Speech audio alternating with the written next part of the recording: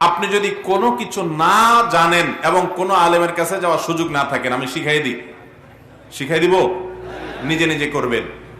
আউযু বিসমিল্লাহ পড়ে মুহাব্বতের সাথে শুদ্ধ উচ্চারণ করে সূরা ফাতিহা পড়বেন। কোন সূরা পড়বেন?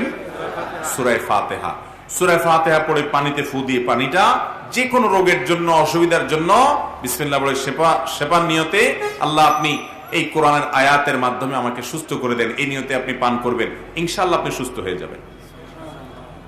আমার বাসায় একবার আমার ছোট বাচ্চা এরকম কান্নাকাটি করছে, অসুস্থ, কষ্ট পাচ্ছে।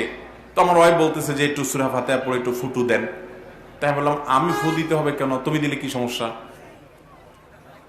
তুমি দিলে কি সমস্যা? কাজকে আমি করব না আল্লাহর কোরআনে করবে? তাহলে তো তুমি দিলেও হইতে পারে, দাও বিসমিল্লাহ পড়ে। আমরা আমাদের বাসায় বাচ্চাদের উপরে প্রায় সময় সূরা ফাতিহার আমলটা করি, আলহামদুলিল্লাহ অলৌকিক ভাবে উপকার।